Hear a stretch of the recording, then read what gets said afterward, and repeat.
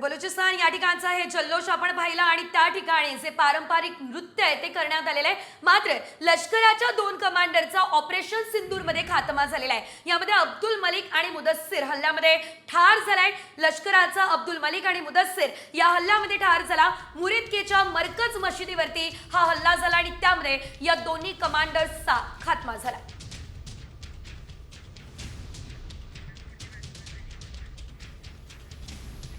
कुख्यात दहशतवादी मसूद अझहरच्या कुटुंबातील 14 जणांचाही खात्मा झाल्याची माहिती सध्या सूत्रांकडून मिळतेय। कुख्यात दहशतवादी रऊफ असगरचा मुलगा हुझैफाचा यात हल्ला झाल्याचं कळतंय। मोठी बातमी आत्ताच्या क्षणाची आपण पाहतोय। रऊफ असगरचा मुलगा हुझैफाचाही खात्मा झालाय। तर आपण पाहतोय अनेक महत्त्वाचे कमांडर्स आहेत ते मृत्युमुखी पडले असल्याचं बघायला मिळतंय। त्यांचा खात्मा झालेला आहे।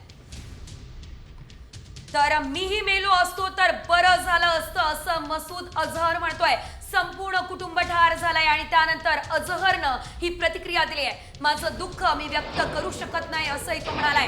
भारताच्या हल्ल्यामध्ये मसूद अझहर याच्या घरातील 14 जण ठार झाले। ज्या ठिकाणी तो राहायचा तेच ठिकाण तेच स्थळ भारतानं उद्ध्वस्त केलंय आणि त्यामुळे मसूद अझहर आता रडताना दिसतोय।